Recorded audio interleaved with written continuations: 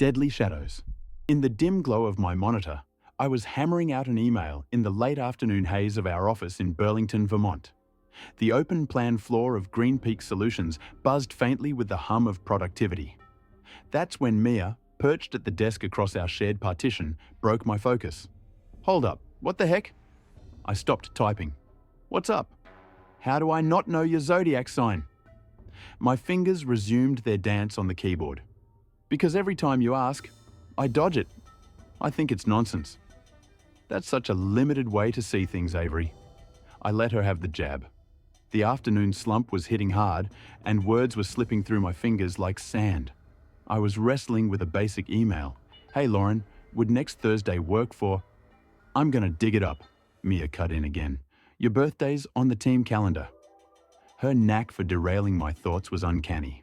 A 3-minute task was now stretching into 6. The telltale clicks of her mouse, sharp and eager, the sound of someone veering off work, filled the air. I braced for her inevitable revelation. Her head popped over the divider, eyes narrowed with a smug grin. "You're a Cancer." She'd nailed it. My June 25th birthday. Cancer, huh? Spreading chaos to everyone I know? This explains everything. Or maybe you're just jamming everything you know about me into this shiny new box, tied to some cosmic fairy tale about stars and planets. Answer, she teased. And your whole, let's overanalyze this cute moment vibe? Total Virgo moon, or maybe Aquarius. I shot her a look. "Mia, I'm trying to work. I get it, but this is serious stuff." My to-do list loomed like a storm cloud. Multitasking was a lost cause today. All I wanted was a weekend of popcorn and cheesy rom-coms to keep the gloom at bay, but that hinged on clearing my desk. "Please," I said, firmer. "For real." She hesitated, hovering above the partition. "Fine," she sighed. "But if you've got any Capricorn placements, you're obligated to spill. I'm obsessed with Caps." The light snapped off. Total darkness. Our office, already dreary on a late December afternoon, felt like a void. Electricity had been our unsung hero, and now it was gone. A low hum, a flicker, and the lights returned as quickly as they'd vanished. The office glowed again, fluorescent and sterile. Mia was still leaning over the partition. "That was way too dark," she said. "Yeah," I replied, scanning the room. "Power surge or a breaker issue?" My computer was still on, thankfully. No reboot required. But Mia was staring at me oddly.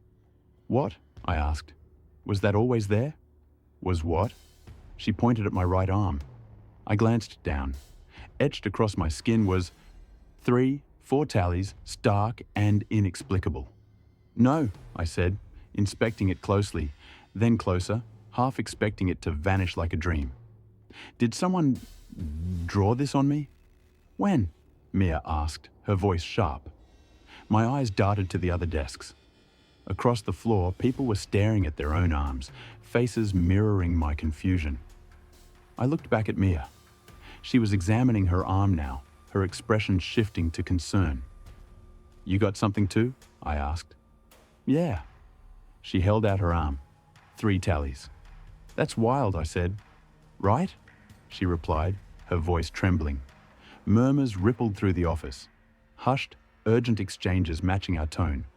I spotted similar marks on others' arms. "How does this even—" I started. "I don't—" Mia shook her head. "What?" A crackle broke the air, sharp and electric, from somewhere unseen. "Greetings," a distorted, tinny voice boomed, like it was piped through an old PA system. "We regret the disruption. You'll notice tallies on your arms. You have 45 minutes to erase them. Fail, and you'll be removed." Scattered chuckles followed, nervous, dismissive. A prank, surely. Mia forced a laugh my way, as if humor could banish the unease. I wanted to join her, but a cold certainty settled in my gut. Something was very wrong. "There's one way to clear a tally," the voice continued. "End another's journey. One life for one tally. Good luck." The crackling stopped, leaving a heavy silence. I swallowed hard, noting the time. 4:28 p.m.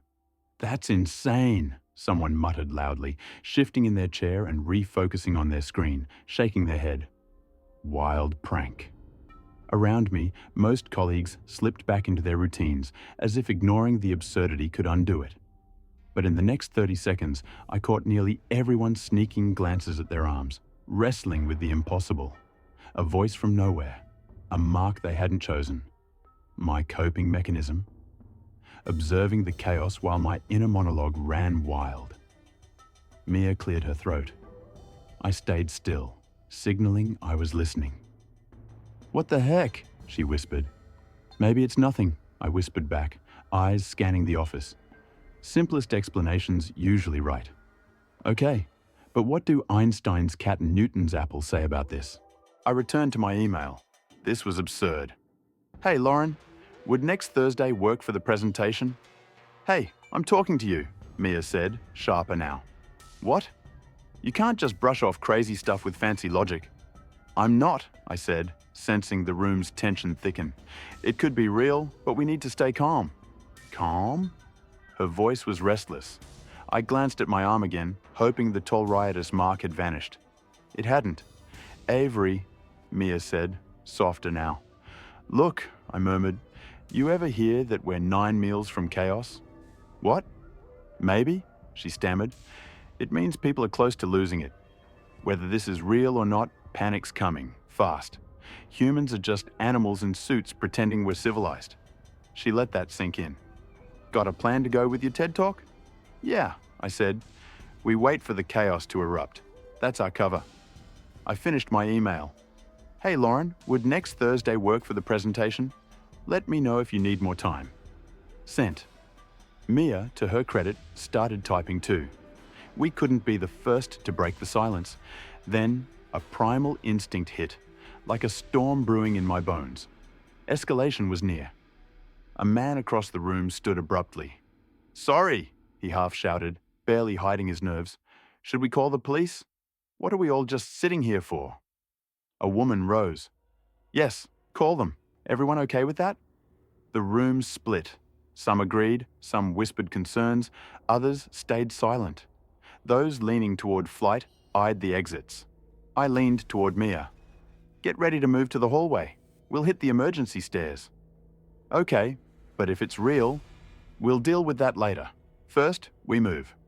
The room grew louder. Arguments, pleas for calm. Lindsay, our upbeat team lead, stood. "Let's stay cool, folks. Panicking won't help."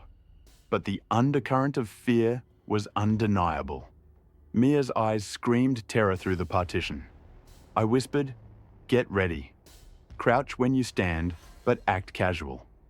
I grabbed a pen, my only weapon, and watched. A woman near the hallway stood, yawned, and strolled out. The ice was broken. I rose, keeping my movement smooth. Mia followed. We headed for the corridor, banking on the growing chaos to mask our exit. My boots echoed too loudly. Step, step, step. We reached the hallway and quickened our pace. "What if someone's in the stairwell?" Mia asked. We turned back, find another way. "And if it's real?" "You already asked that. Focus." We passed a couple moving the opposite way. I flashed a tight smile, eyes warning against sudden moves. They mirrored my caution. Another woman slipped into a side hallway, avoiding eye contact. Smart. Mia grabbed my arm. "Avery, I'm freaking out." "Everyone is. That's why we have to be different. Different survives." She nodded slowly. "Different survives. Different survives," I echoed, pushing forward toward a 4-way intersection. At the last second, I spotted a man pressed against the wall, trying to vanish into the shadows. "Different survive," Mia started, but he lunged, knocking us both down. My head slammed against the floor, breath gone. Fudge," I gasped, twisting to see him pinning Mia, scissors gleaming in his hand. His arm bore tallies. X. "I'm sorry," he muttered. "I've got kids." His scissors arced upward. I scrambled to my feet, closing the distance as his arm began its descent. I drove my pen into his neck with all my strength, pushing deeper, dissociating like it was a game. He froze, gurgled, then collapsed, twitching. Mia's screams filled the air, constant, but I'd tuned them out until now. "Avery!" she shrieked, snapping me back. She was drenched in his blood. I shoved his body off, his lifeless eyes staring blankly. "Did he cut you?" I asked.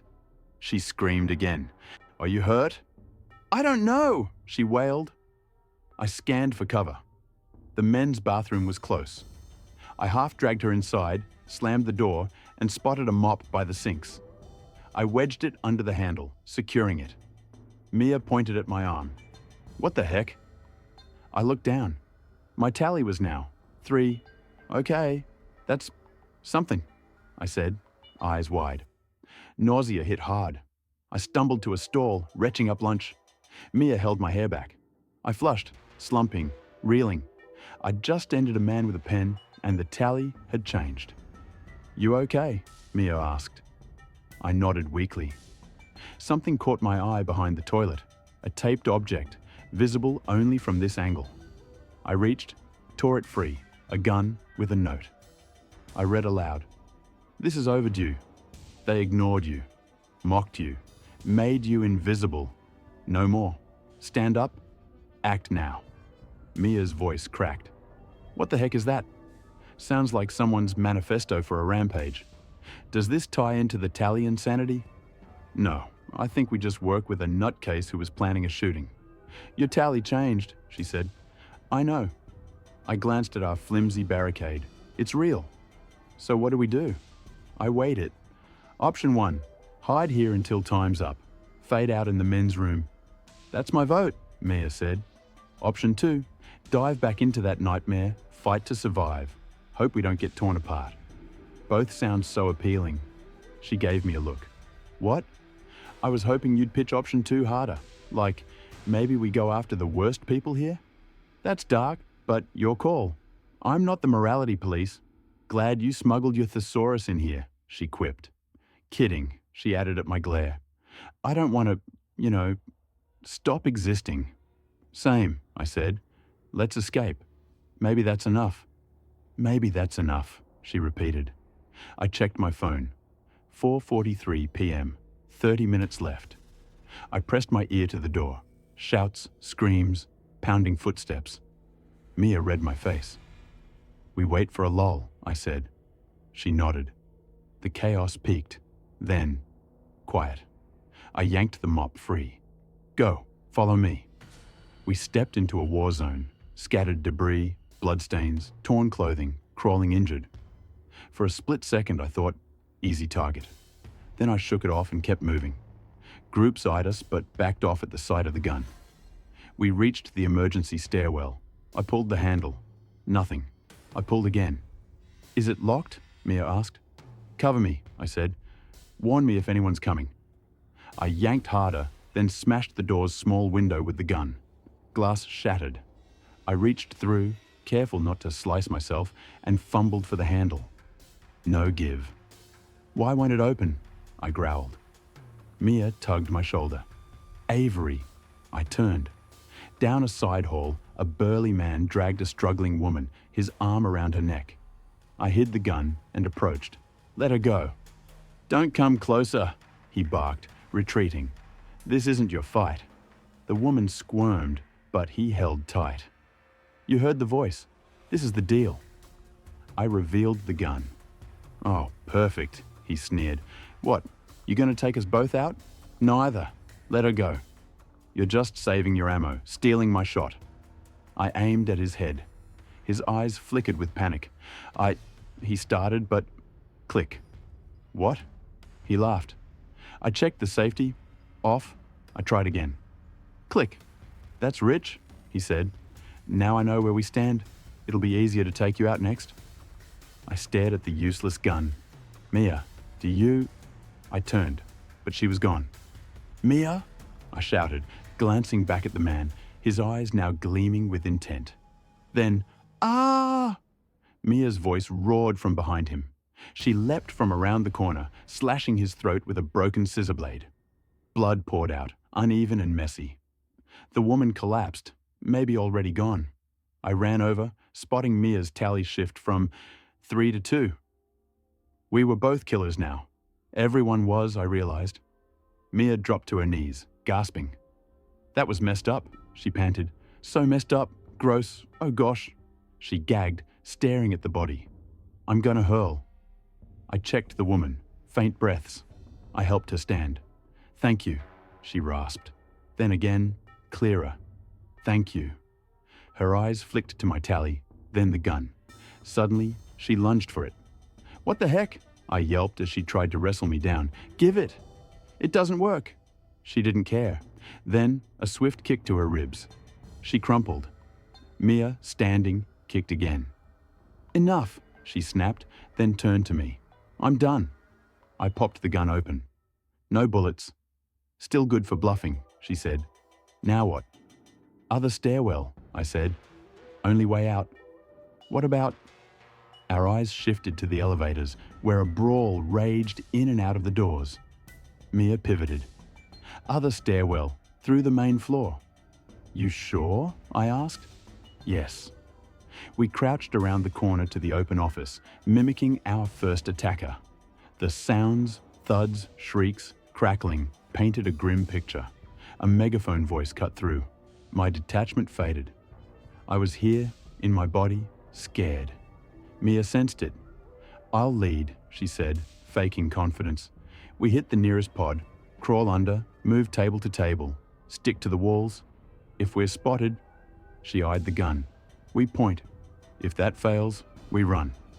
A beat.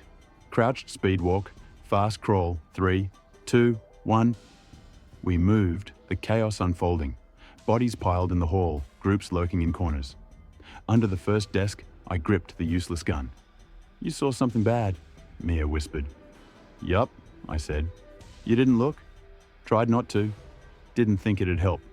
Smart, I said. I'll keep taking the hit. I peeked out. Groups clashing, stragglers swinging makeshift weapons, predators circling the wounded. Back under cover, I muttered. Well, crap. We don't know if the tallies mean we'll... You know, a megaphone voice boomed. I glanced out, people distracted. An opening. Now, I hissed. We scurried to the next pod, dodging a sprawled body. I pulled it closer for cover. 2 men fought nearby like gladiators. We couldn't linger.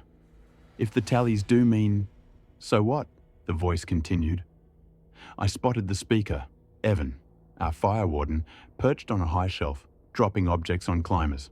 Hey, don't even think about it, he yelled. I scanned for the next move. A large group of product team members closed in on a smaller crew. One defender, chair raised, shouted, There aren't enough people for all of you to clear your tallies. Mia and I exchanged looks. Not perfect, but a distraction. We sprint crawled across open space, past debris and bodies, as the megaphone looped. Do you want your last moments marred by destroying all the good you've done? The larger group's leader scoffed. Nice try, splitting us up. Some of you have 5 tallies, a defender shot back. You'd need more than this floor, and time's running out. The aggressors started fracturing, nervous. We neared the next table. Then, a hand grabbed my arm, yanking me down. A supposedly lifeless figure flipped over, knife raised. I caught their wrist as it descended, twisted until it snapped. The knife fell. I grabbed it, hesitated, then drove it into their chest. I froze, the weight of it hitting me, an unnecessary act. Sound and vision rushed back. I checked for witnesses. None, miraculously, then scrambled to Mia, who was peeking out. What happened? She whispered. You froze. Someone grabbed me, I said, panting. My tally now, 2. And then, she pressed. Anyone see? You okay? No, and no, I said. Evan's voice droned on. Do you want your last moments marred? I tuned it out, grappling with what I'd done. Then, Mia gasped. Lindsay, our team lead, loomed over us, blood dripping from her mouth, smiling. You too, she said. So good to see you. I aimed the gun. Mia tensed. Nice piece, Lindsay said, lunging for it. I resisted, then let go. It wasn't worth it. She snatched it, laughing, blood flecking. She studied us, then backed away. "Hey, you idiots!" she shouted, drawing eyes. "Forget your stupid alliances!" She stepped into the fray. "Greg, remember when you left me off the Q4 email and made me look dumb? Maybe I'll blast you for that." She pivoted. "Or Kim. Where's Kim? I heard you said I ramble in meetings. Screw you." "Go, go," I urged. We sprinted past bodies and violence, hitting the hallway. The stairwell door was propped open. "Please, please," Mia panted as we descended. No one above or below, just blood and chaos. We thundered down. "What if the tallies stay when we get out?" she asked. "We'll figure it out. For now, we hope? We freaking hope." Our boots slammed the steps, past the second floor, empty. We hit ground level, the back exit. I grabbed the handle, pushed. Nothing. Locked. "No, no, please." I twisted frantically. "It's locked," a voice rasped. A man with a gut wound crawled from under the stairs. I tried. We approached cautiously. He smiled faintly. "Funny. Injured folks are probably the new currency here." "We won't hurt you," Mia said. His expression was unreadable. "This is enough. We just want out." He shifted, thoughtful. "You've both got 2 tallies left. Still time. I'll let one of you end me. One condition." We exchanged glances. "We're not—" I started. "Shh," he said. "I dropped my phone upstairs. I want to call my daughter.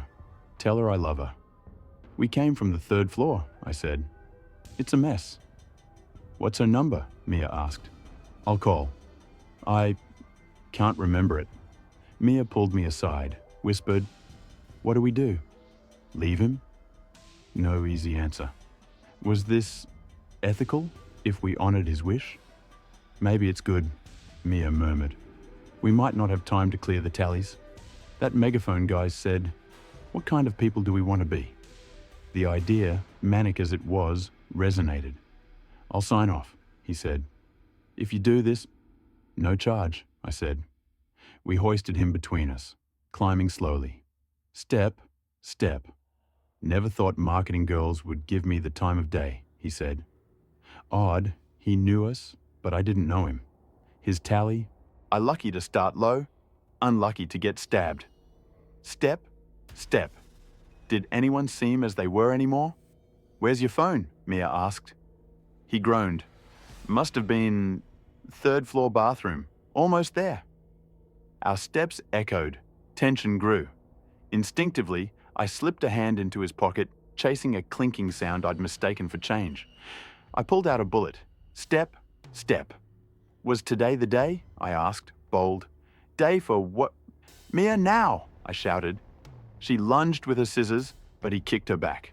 She tumbled down steps, head cracking, scissors clattering. "No!" I screamed. He overpowered me, flipping me onto my back. I jammed fingers into his wound. He howled. I choked him with my other hand. "You think I'm the villain?" he gasped. "Everyone's tearing each other apart. Being miserable doesn't justify ruining lives. Don't equate survival to your choice to hurt people on a random day." He punched me, my head bouncing. "You're gonna end here," I growled. "So will you," he sneered, fueling me. I tightened my grip on his neck. He swung again, but I held on, squeezing. Footsteps rushed up. Mia, recovered, bashed his head. He didn't stop. She clawed his face, his eyes. He groaned. "Help! Choke him!" I panted. She tried, but he flailed, landing jabs. She switched, jamming a hand in his mouth, pinching his nose. "Just stop!" she screamed. He thrashed, bit down. Mia yelped, but held on. Slowly, his fight faded, eyes fixed. He was gone. We collapsed, exhausted. Mia's hand was mangled. Our tallies matched. Teamwork counts," I said. "Silver lining?" "I can't do this," she screamed. "Fair." Footsteps above. "We gotta go!" I grabbed her arm, avoiding her injured hand, and we stormed to the 2nd floor, past barricades and bodies. I spotted a small kitchen, and we bolted for it. A feral survivor chased but gave up as I locked the door. Mia slumped against the fridge. "How much time?" I checked the microwave. 5:10 p.m. 3 minutes. A knife block on the counter held one blade. I grabbed it. I crouched beside Mia. She looked up, confused, then saw the knife. I placed its handle in her torn hand. I sat beside her, eyes closed. "What are you doing?" she asked. "One tally left. Time's up. Don't waste it." "You've got one too." A beat. "I'm not ending you. You've got a life, friends, a partner, purpose. I'm empty. Comfort, stress, anxiety. That's it. This," I gestured to myself, "doesn't need to go on." I thought of my unnecessary act. But maybe it can end. Decently. "You're messed up," she said. I laughed. "No kidding." Then, "I hope it's gentle, you know. Like, not brutal, like the Avengers fading into leaves." "Mr. Stark, I don't feel so good." I snickered. She stared, incredulous. "I'm melting, Mr. Stark." "How are you the straight man in our duo?" "Mr. Stark, I'm cooked." "Really want those as your last words?" she teased. "Come on," I said. "Live a little." She smiled. "Fine. Mr. Stark, clear my search history, please." I laughed. "Je m'appelle Stark. Je suis triste." "That's... I am Stark. I am sad." "He's sad. Spidey's gone," I said. A beeping started on the PA, a countdown. Mia rested her head on my shoulder. "We did okay, right?" she asked. "We tried." "Then, you said our friendship earlier?" "Easy, Cancer. Let's not get too sappy." "Hey," I said. "Big word. Nice." "Screw you," she laughed. "Screw you too," I said, closing my eyes. The beeping intensified, then stopped. Silence. The tinny voice returned. "Thanks. Test complete. You're free to go. P.S. Want prime seats for the next phase? Head to the roof." We sat, stunned, expecting a trap. Minutes crawled. No shock, no pain. Mia returned the knife to the block. I unlocked the door. We limped to the elevators. They opened, bodies in the back. We stepped in. I eyed the ground floor and 10th floor buttons. Mia hit the 10th. "5 minutes ago, I thought we were done," she said. "Why not?" Doors closed. Up we went. Ding. 3rd floor. Lindsay limped in, taking the back. "Sorry," she said. "All good," I replied. "That gun had no..." "Bullets?" I said. "Yeah. Wait, you knew?" "Yup. Makes sense." Doors started closing. A hand stopped them. Evan, megaphone in tow, entered. "Ladies," he said. "We all going up?" "Yes," Mia and I said in sync, to Lindsay's shock. "Wait," she said. "Up?" On the rooftop, the truth unfolded. Neighboring buildings in Burlington were dark, then lit up. Through windows, I saw people checking their arms, panic spreading. I felt their fear from afar. What was our duty now? Evan, ever the crusader, leaned over the ledge with his megaphone. "People, you don't need to clear the tallies." "Okay," Mia said, wincing as she typed on her phone. "I know your birthday and birthplace. But do you know your exact birth time?" "Why?" "Just answer. I'm doing your star chart." I thought. 2:03 a.m., I think. She clicked away, grimacing with each tap. Chaos erupted in the distance. Violence, hiding, survival instincts kicking in. She stared at her screen. "Capricorn moon." She grinned. "I freaking love that for you."